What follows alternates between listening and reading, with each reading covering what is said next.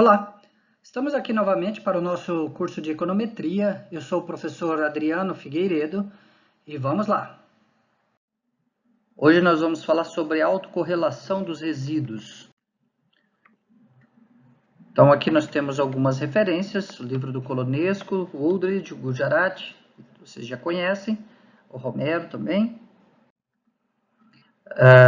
Antes de mais nada, clica aí, curte, ativa o sininho. Inscreva-se no canal para você receber todas as atualizações.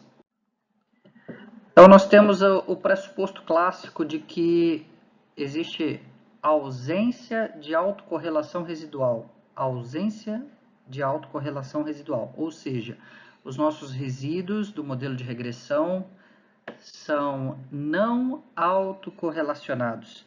Se nós rejeitarmos esta hipótese nula, então nós estaremos optando pela hipótese alternativa de que existe autocorrelação dos resíduos. Então veremos aí quais as consequências disso, né? Qual é a natureza do problema e como testamos e como corrigimos este problema. Vamos começar. Bom, esta pressuposição ela está ligada à ideia de que os erros aleatórios são independentes, ou seja, quando houver autocorrelação dos resíduos, nós estamos falando que existe uma correlação na série de resíduos e por isso muitas vezes chamamos de correlação serial dos resíduos. Haver correlação serial, a gente está falando que um resíduo interfere no outro. Então, quando não temos esta correlação serial dos resíduos, nós falamos que eles são independentes. Quando não houver correlação serial, eles são independentes. Bom, é comum haver autocorrelação residual em dados de séries temporais. É menos comum acontecer em dados de seção cruzada. Nós já falamos isso lá quando comentamos os pressupostos do modelo clássico de regressão múltipla. Bem, então, na série temporal é mais comum de acontecer, pode acontecer também em seção cruzada, tá certo? Não quer dizer que não vai acontecer na seção cruzada, pode sim, existem casos mais raros, mas existem. As causas desta autocorrelação residual podem ser variáveis não especificadas, podem ser oriundos da forma funcional, algum tipo de inércia temporal. E a consequência desta presença de autocorrelação serial é a ineficiência dos estimadores de MQO, entendeu? Então, esses parâmetros, esses estimadores de MQO, no caso, não serão os melhores, tá certo? E a gente deve utilizar o mínimo quadrado generalizado, né? Nós teremos aí algumas alternativas. Então, aqui eu tenho duas representações, uma de uma correlação serial negativa, aqui esta da esquerda, onde, por exemplo, o resíduo é a diferença entre o ponto observado e a reta de regressão. Então, aqui eu tenho um resíduo positivo seguido de outro negativo, um positivo, um negativo, seria uma correlação serial negativa, uma ideia disto, né? E aqui uma ideia de uma correlação serial positiva. São dois exemplos aí, uma figura que foi obtida do livro do Pindike e Rubenfeld de 2004. Então, a matriz de variância-covariância, ela tem este formato aqui, né? É o valor esperado, a esperança matemática de epsilon, epsilon', aqui em formato matricial. Então, na diagonal principal nós temos a variância, no caso nós estamos supondo dentro do modelo clássico de regressão, onde nós temos aqui a diagonal toda igual a sigma quadrado, ou seja, homocedástico, tá certo?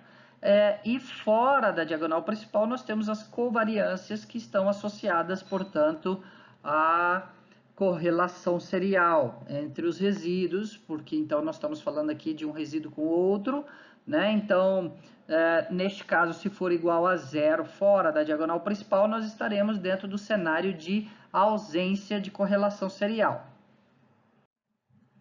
Como a gente pode identificar isto, né? Então, quais são os testes para fazer essa identificação? O teste mais comum é o teste de Durbin e Watson, né? Então, eles fizeram uma análise em termos de uma correlação de primeira ordem. O resíduo em T está, então, relacionado ao resíduo em T-1 mais um termo aleatório independente. E aqui nós temos um parâmetro ρ, que é chamado parâmetro de correlação, parâmetro de autocorrelação entre os dois resíduos, entre o resíduo em T-1 e o resíduo em T. O teste do Durbin-Watson corresponde a você estimar esta regressão auxiliar, vamos dizer assim, e testar, então, a hipótese nula de que o ρ é zero, ou seja, de que há ausência de autocorrelação, não há autocorrelação, ok? Então, a nossa hipótese nula é a hipótese desejada, que não tenha autocorrelação residual. A hipótese alternativa é de que tem autocorrelação residual. Pode ser positiva, pode ser negativa. Se for zero, a gente está com H0. Se for algo diferente de zero, nós estamos com um problema, nós temos ineficiência dos estimadores e aí a gente precisa, então, solucionar esse problema. O Durbin-Watson, ele é apenas para a primeira ordem, ok? Então, a gente vai ter aí uma estatística que a gente chama de DW, tipicamente, né, por causa dos autores, e poderemos, então, avaliar. A estatística de teste DW, ela tem um formato parecido, então, ao do parâmetro de um modelo de regressão, onde eu tenho ET-1, Epsilon-T-1 como sendo o nosso regressor, e o Epsilon-T é o nosso regressando. O DW, então, calculado, a gente pode mostrar matematicamente que ele equivale a 2 vezes 1 menos ρ. Então, aí, este ρ, se ele for zero, a gente teria a situação de um DW igual a 2 e ausência de autocorrelação. Se o ρ for de uma correlação positiva perfeita, o ρ mais 1, a gente vai ter o resultado aqui, o DW igual a 0. E o ρ igual a menos 1, a gente vai ter o DW igual a 4. É só você substituir aqui na equação. Então, a gente deseja, na verdade, um DW próximo de 2. Isso corresponderia à ideia de ausência de autocorrelação residual. Bom, o Durbin-Watson, ele criou, então, uma tabela, tá certo? Uma tabela daquelas do final do livro de estatística, onde ele tem, então, aquela estatística DW vinculada a um valor de limite inferior e um valor de limite superior. Então, um DL para o lower, né? E o superior seria o DU, o U para upper. E a gente teria, então, um cenário parecido com este do gráfico, onde o DL e o DU definem áreas inconclusivas. Como o DW varia de 0 a 4, a gente teria, então, uma área inconclusiva entre DL e DU e outra área inconclusiva entre 4 menos DU e 4 menos DL. Então, aqui a parte central seria, portanto, uma área de H0, onde vale o H0, e aqui nos bordos áreas de rejeição da hipótese nula. Então, caindo entre 0 e DL, eu estou numa rejeição de H0. E entre 4 menos DL e 4, eu tenho também rejeição de H0. O nosso problema é cair na área inconclusiva, porque aí, como está falado, você não conclui nada. E isso acaba sendo um problema para nós. Então, algumas deficiências do Durbin-Watson. Deficiências importantes. Existem as áreas inconclusivas. Eu vou mostrar para vocês que esta é uma deficiência típica, mas que já vem sendo solucionada na medida que os pacotes mais recentes têm conseguido achar proxies para a distribuição de probabilidade de Derby-Watson e com isso obter um valor de probabilidade. Com isso acabam-se essas áreas inconclusivas. Ele só testa a primeira ordem, então é o εt em função de o εt menos 1, e portanto isso é chamado de autocorrelação de primeira ordem. E a gente sabe que podem ocorrer outros tipos de autocorrelação, de segunda, de terceira, de quarta, de quinta, de N, né, de ordem P, normalmente a gente fala assim.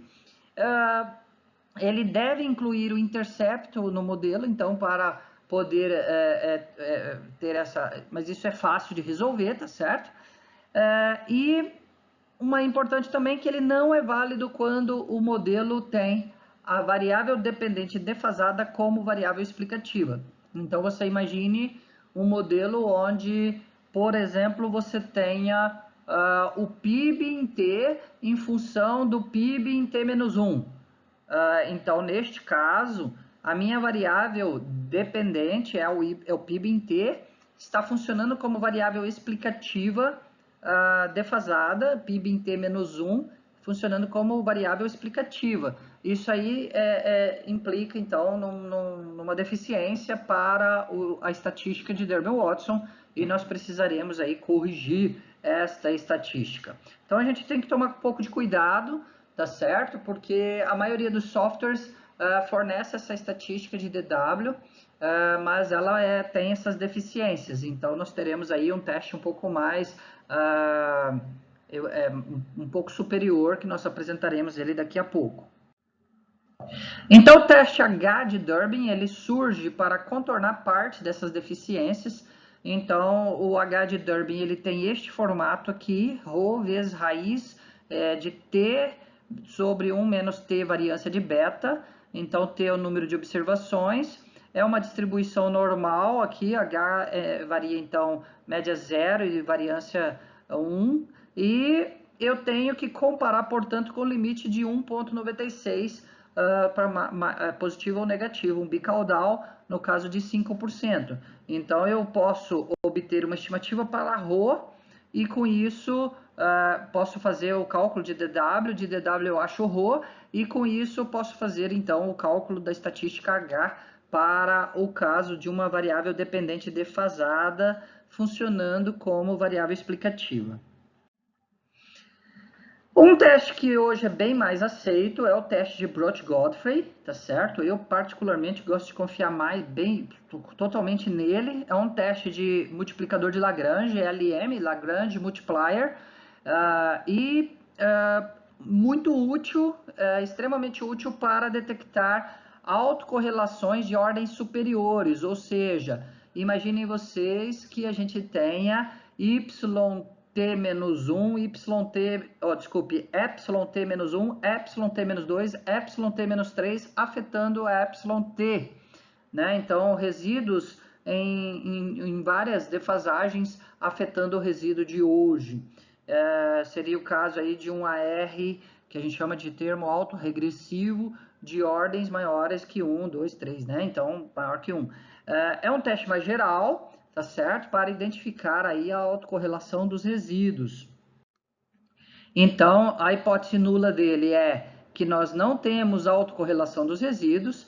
O caso alternativo, então, em caso de rejeição de H0, a alternativa é de que exista alguma autocorrelação, que essa pode ser de ordem até algo, né? Então, você imagine casos de séries temporais que com sazonalidade, muitas vezes ela acontece uma relação com 12 meses, tá certo? Ou até mais.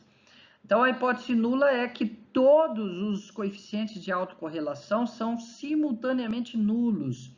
Ou seja, eu terei vários ρs, um ρ para cada termo defasado. Então, eu tenho um ρ para εt-1, outro ρ para εt-2, outro ρ para εt-p, né? E eu estou assumindo o H0 que todos os ρs são iguais a zero. Desta forma, não tenho autocorrelação de qualquer ordem, né? Se eu rejeitar este H0, então eu precisarei corrigir o meu modelo para esta autocorrelação residual.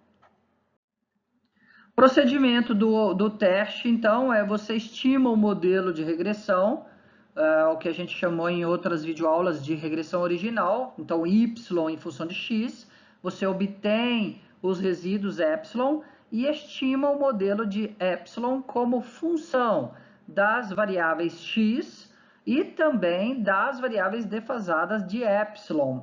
Então, eu gerei epsilon em t, eu tenho como gerar epsilon t menos 1, epsilon t menos 2 e assim sucessivamente.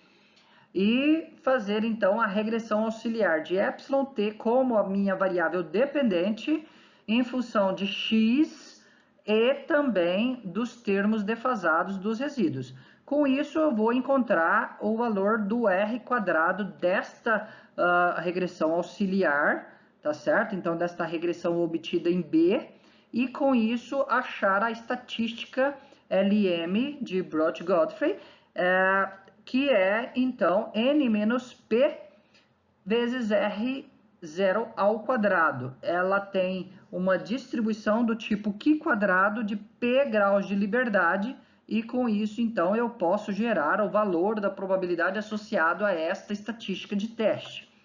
P para nós é o número de defasagens incluídas na regressão aqui, é o número de termos de resíduos defasados dentro da regressão auxiliar.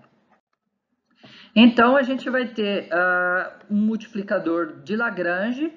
Se eu traduzir matematicamente esses valores aqui de R quadrado, ele vai ter alguma coisa desse tipo, dessa expressão. E ela tem uma distribuição de Q quadrado P graus de liberdade. Então, eu consigo achar perfeitamente um valor da estatística de teste e também o valor da probabilidade. Também, então, posso fazer uma análise semelhante aos demais testes, valores de probabilidade maiores do que 0,10, eu estarei não rejeitando H0, ou seja, estarei ficando com a ausência de correlação serial. Se a probabilidade der abaixo de 0,10, então eu rejeitei H0 e eu tenho alguma correlação serial. Então, veja aqui o nosso caso. A gente tem esta regressão auxiliar, epsilon t em função de x, que aqui podem ser vários x. Na matriz aqui abrindo, eu dou uma ilustração para x1, x2, tem o intercepto. Então, eu construí uma matriz que a gente chamou de x0, e aqui mais termos de epsilon em t defasados. Então, aqui a coluna para o epsilon t menos 1, a coluna para o epsilon t menos 2, epsilon t menos 3, epsilon t menos 4, até chegar a epsilon t menos p. E assim eu tenho, então, vários ρs, e eu estou assumindo que todos os ρs sejam nulos para a minha H0 estar satisfeita. H0 não tenho correlação serial. Então, eu estou falando que até aquela ordem P que está sendo testada, até aquela ordem P, todos os resíduos, as correlações, todos os ρs sejam zero. Então, no caso de um AR1, eu teria alguma coisa assim, simplesmente um termo. No caso do AR2, eu teria 2 termos. No caso do AR3, eu tenho 3 termos. Então, no caso, quando eu testar para 3, eu estou falando que até o 3, até a ordem 3. Então, 1, 2 e 3 são 0. No caso, o pacote LM-test tem uma função chamada BG-test. Vocês veem aqui em cima. E a forma de fazer isso, no caso aqui, por exemplo, com 3, eu coloco o objeto da regressão original que foi feita. Essa regressão 1 é o y em função de x. No caso, especifico a ordem, 3. Eu posso especificar o teste Q quadrado, Q square, ou F. Eu prefiro o Q square, tá certo? Ele é mais tradicional dentro do que o teste foi proposto originalmente. E eu especifico o meu dataset. Neste caso, eu estou especificando aqui um dataset em formato já configurado para time series, séries temporais, ok? Então, a gente teria aí que testar cada uma das ordens. 1, 2, 3 defasagens, 4, 5, 6, 7, 8, 9. Então, às vezes, isso fica um pouco rotineiro, né? Você tem que fazer várias vezes um teste parecido, onde muda simplesmente ali o número de defasagens e fazer a análise. Eu vou mostrar para vocês daqui a pouco uma funçãozinha que eu fiz um loopzinho para ele rodar para várias defasagens. Então vamos lá, eu tenho H0, ausência de autocorrelação residual. Então se a estatística LM for maior do que o valor crítico, eu estou na área de rejeição da hipótese nula e eu vou concluir que existe autocorrelação serial de ordem P. Se eu estiver na área de rejeição de H0, existe autocorrelação. Bom, neste teste eu posso ter variáveis X ou mesmo posso ter Y defasado, aquele problema que eu falei do PIB em T em função do PIB em T-1, que o DW tem problema. Neste caso aqui, o LM de BG, eu não tenho este tipo de problema. Eu posso trabalhar normalmente. Se a probabilidade for menor do que 0,10, eu rejeito H0. É a mesma coisa que está indicado aqui, só que aqui eu estou falando que a estatística de teste LM for maior do que a estatística da tabela, o valor crítico, então eu rejeito. Aqui eu estou falando que a probabilidade, então, menor que 0,10, eu rejeito H0. Então aqui o nosso exemplo, este exercício, ele está aqui dentro desse link do Warpubs, tá certo? Vocês têm aqui dentro desse link, a gente já fez algumas coisas com esse exercício. Então a gente tem aqui o PNB em função de vários critérios de estoque de moeda, tá certo? Então, para uma série temporal de 1970 a 83, no caso, ela é uma série que eu preciso dizer para o R que ela é uma série temporal. Aqui eu peguei uma rotininha do livro do Romero, né? Então ele está em espanhol. Você vai pôr TS, não pode ter, aqui não é espaço, tá? Você tem o nome do objeto que você quer, então transformar em série temporal. O start vai ser, então, no caso, o ano e o mês, se for mensal, ou o ano e o trimestre, ou simplesmente o ano, se você for anual, né? O end, normalmente eu não ponho, mas ele existe a possibilidade de você especificar até o fim. A frequência, 1 para anual, 4 para trimestral, 12 para mensal. Então, vamos ver como que nós fizemos isso. Então, aqui, como a base é anual, a gente faz, então, TS dos dados, do meu data frame. O start foi 1970, o end aqui 1983. No caso do anual, eu não preciso dizer que é frequência igual a 1. Eu não preciso, porque é anual, é o padrão. Posso olhar aqui o sumário, posso fazer o plot, fiz aqui a regressão, já com esse dataset em formato de série temporal, né? E aí a gente faz, então, a análise gráfica. Isso já está lá, né, dentro do script para vocês. Então, aqui, quando eu especifico o que é série temporal, quando eu fiz aquela especificação de série temporal, na hora que eu faço o plot, ele já entende que é um plot temporal, né? Então, aqui nós temos indicações fortes de que as séries têm relações fortes, todas elas relacionadas com a tendência, dá para perceber claramente, tá certo? Por hora, nós vamos ignorar o problema da não estacionariedade que a tendência causa na série, tá certo? Mas depois é importante olhar esse aspecto da não estacionariedade. A regressão, portanto, ela nos dá o summary dela aqui. Então, a gente tem um R quadrado múltiplo bastante forte. A gente pode observar aqui, quando você tem assim R quadrado muito alto e muitas variáveis com parâmetros não significativos, é uma forte indicação de multicolinearidade, tá certo? Nós falaremos sobre isso na outra videoaula, mas isso aqui é uma indicação forte de multicolinearidade que está associado diretamente à construção das variáveis. Como são conceitos de demanda de moeda, o M2 tem dentro dele o M1, o M3 tem dentro dele o M1 e o M2, o L tem dentro dele o M1, M2 e M3. Então, a gente sabe que, por construção, existem esses problemas. Inclusive, isso é bem discutido lá no livro do Gujarati, vocês podem acessar. Então, aqui, de forma simplista, né, o nosso teste, ignorando esses problemas ali de multicolinearidade, né, um teste de Durbin-Watson rápido é DW teste da regressão 1. Ele rapidamente aqui já vai te dar uma resposta. Fiz também aqui alternativas para um BG teste de até a ordem 6. Eu fiz para a ordem 1, 2, 3, 4, 5, até a sexta ordem, tá certo? Então, nessa situação aqui, cada um, se você tiver que fazer para 12, seriam 12 linhas, tá certo? Que seria a forma de você fazer para ordens superiores. O Durbin-Watson, a gente rodando lá, o H0 dele não tem autocorrelação de primeira ordem, ele só testa a primeira ordem, ele dá uma saída assim, ó. Então, o DW foi 0,7 e ele dá um p-valor por causa do avanço do pacote.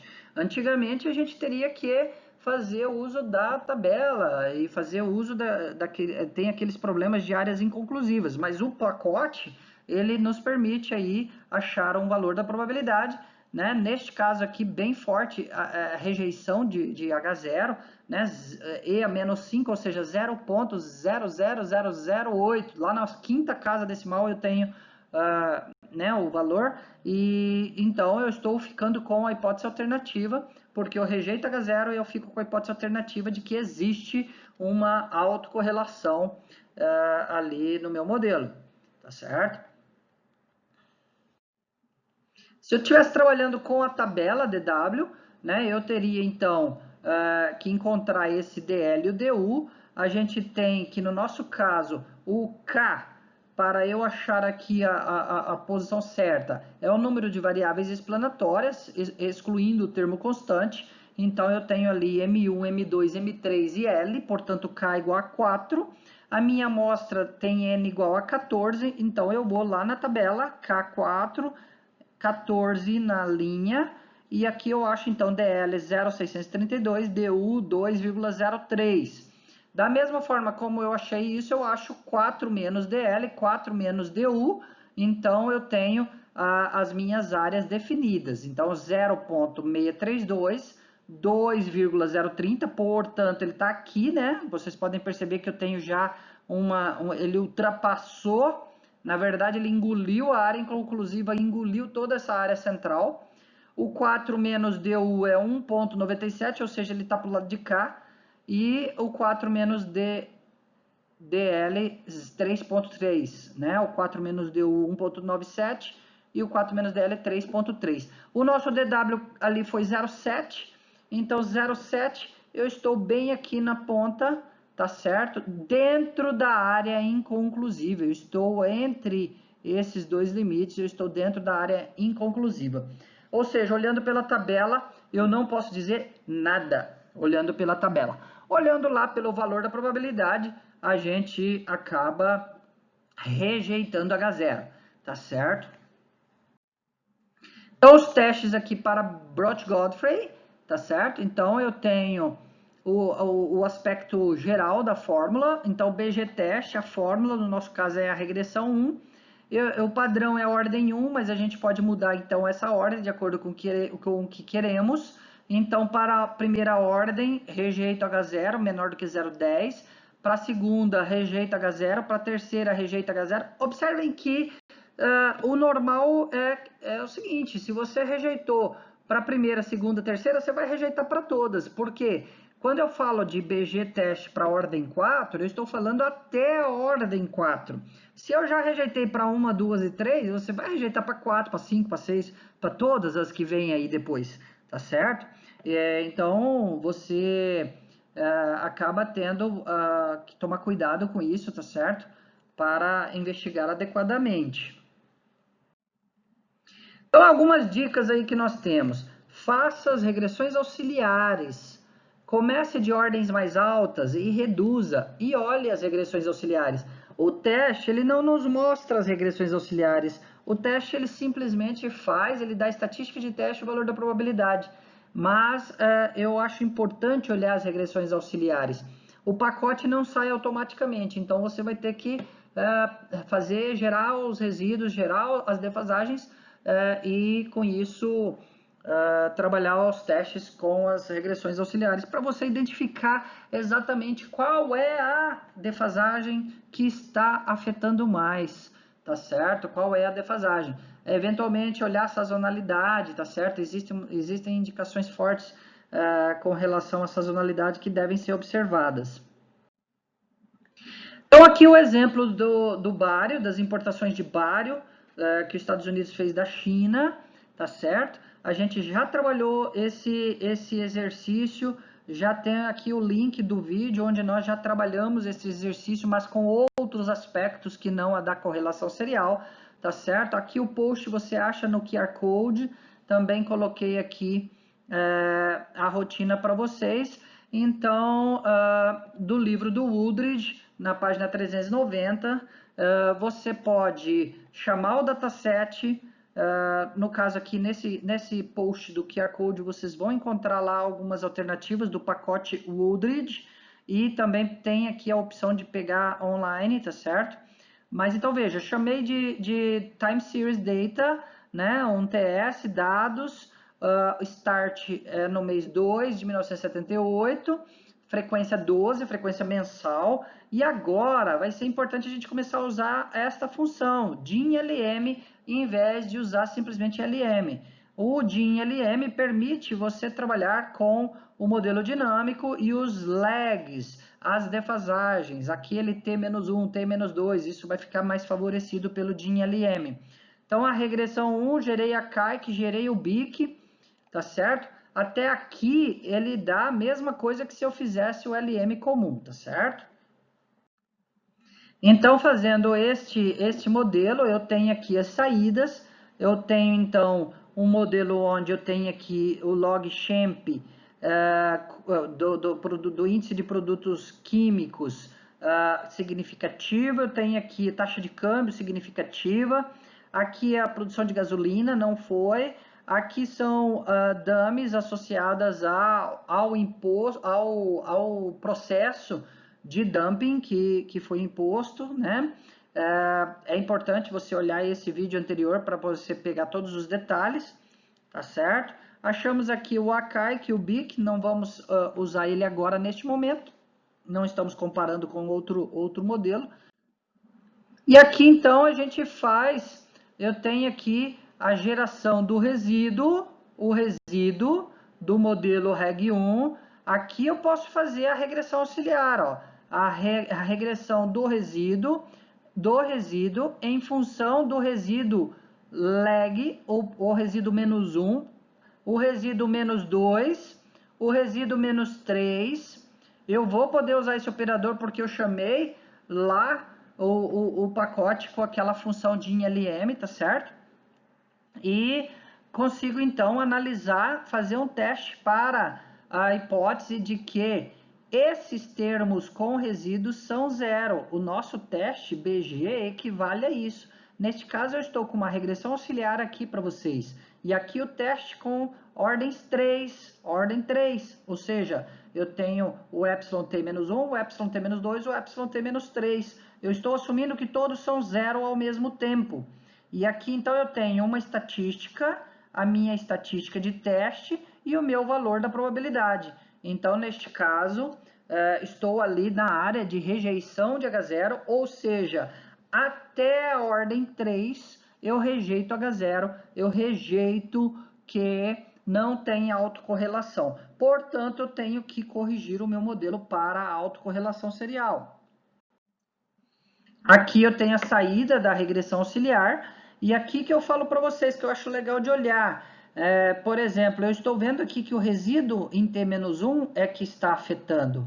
Ele é o que está afetando. Eu não preciso preocupar com isso aqui, tá certo? Apesar de que um R² múltiplo elevado estaria indicando que existe uma relação forte entre o X, os resíduos e o resíduo de hoje. Isso é importante também mais para frente, mas agora, neste momento, é uma regressão auxiliar, tá certo? E aqui eu estou preocupado em olhar qual é o termo de resíduo que está afetando o resíduo atual, tá certo? E eu estou, na verdade, extraindo este R² aqui para construir aquela medida, se eu quisesse fazer aquela medida N menos P vezes R quadrado, que seria a minha estatística de Breuch-Godfrey. Então, aqui, olhando a saída então, da estimação, é possível verificar que apenas o coeficiente de ordem 1 se mostra significativo.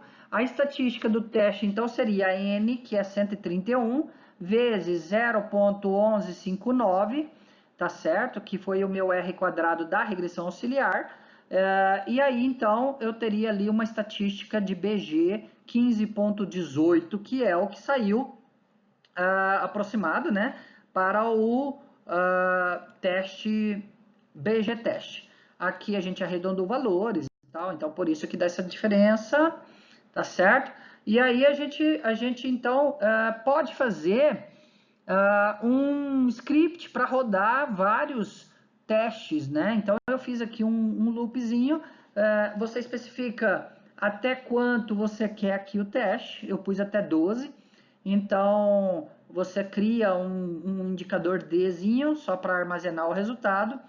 Para o P, dentro desta sequência de 1 até 12, eu pedi para ele fazer o teste na regressão 1 e pedi para me dar o Q quadrado. Então, aí ele vai armazenar todos os valores aqui dentro desse Dzinho, um embaixo do outro, o valor da estatística do BG-teste e o P-valor. Métodos de correção da autocorrelação. Bom, então, se a gente rejeitou H0, se eu tenho autocorrelação, eu vou ter que corrigir, tá certo? E aí nós teremos alguns aspectos a serem analisados. Será que eu conheço Rho? Será que eu não conheço Rho? Como é que eu posso resolver este problema? Bom, então nós temos um problema, né? Nós temos a presença de autocorrelação de alguma ordem. E como é que a gente faz? A gente tem que mudar, ou a gente muda a especificação, é uma alternativa, mas se você já tiver feito um bom embasamento teórico, talvez você já não tenha mais aqui alternativas de como alterar.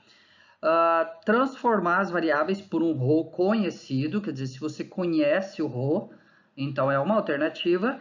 E aí eu vou mostrar para vocês aí 3 procedimentos, o procedimento do Orkut, o Cochrane Orkut, né? São 2 autores que fizeram esse chamado MQG factível. O Preis e o Einstein fizeram então outra alternativa e um procedimento de correção usando o pacote Sandwich com o procedimento de Newey-West, onde ele faz a inferência robusta tanto para a heterocidacidade como para a autocorrelação. O procedimento do Cochrane-Orkut é o seguinte, você tem aí um Rho, você tem, então você sabe que existe algum tipo de coeficiente de autocorrelação do resíduo. O que ele recomenda? Você faz o modelo por MQO originalmente, y em função de x, né? Obtém o DW, o Durbin-Watson, por aquela fórmula ali atrás que eu mostrei, calcula o Rho, então 1 menos meio DW, faz a transformação das variáveis por esse Rho, e aí a gente estima um modelo que eu coloquei aqui como y asterisco em função de x asterisco. Então, esse x asterisco são as variáveis x transformadas e o y asterisco as variáveis y transformadas. Né? Então, o vetor y transformado.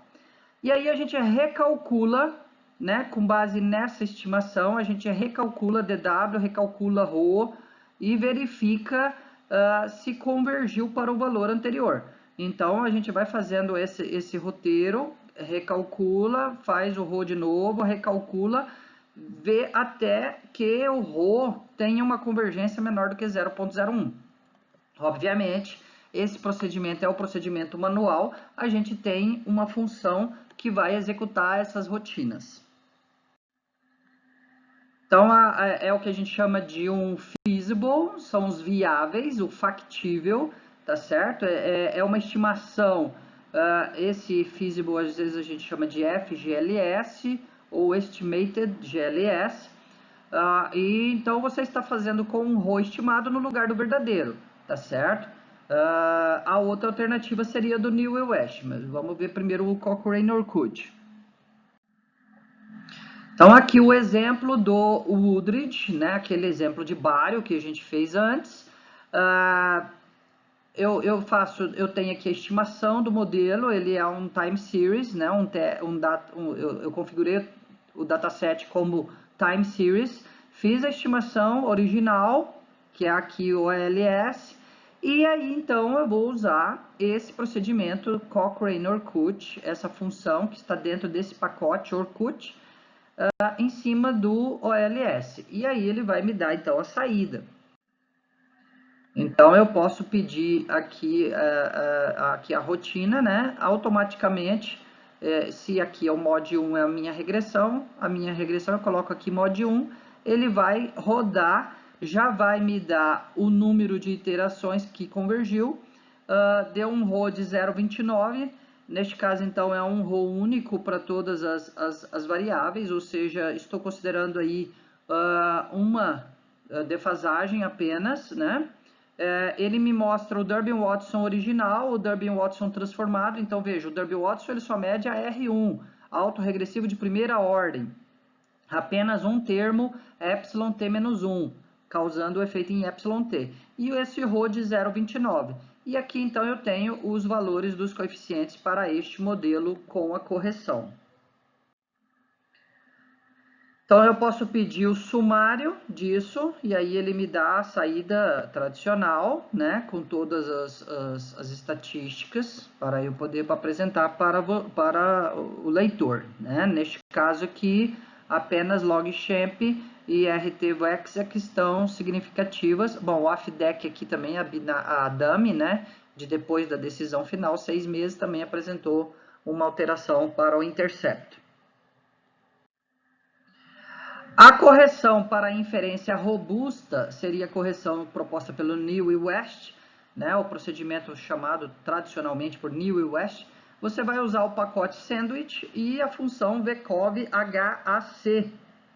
Então, ela vai fazer a correção robusta para heterossedacidade e autocorrelação. Por isso é que ele chama aqui HAC, tá certo? Ele está pegando as duas possibilidades. A correção para o New e West, ele faz um OLS normal, obtém os resíduos, acha a raiz do erro quadrático médio e aí faz a regressão auxiliar de cada x contra os demais, acha os resíduos, multiplica, aí ele faz um cálculo aqui de A, que é a multiplicação desses resíduos pelo resíduo do mínimo quadrado ordinário e adota um valor de G entre 1 a 3, tá certo? Para dados anuais. E aí ele calcula esta funçãozinha. E calcula também, a partir desse NI aqui, ele calcula o erro padrão, tá certo? De beta. E aí, então, esse procedimento aqui para o New e West. Ele é mais robusto, né? Ele vem do OLS também. E, obviamente, a gente já mostrou ali no último slide, ele tem uma função para fazer esse cálculo.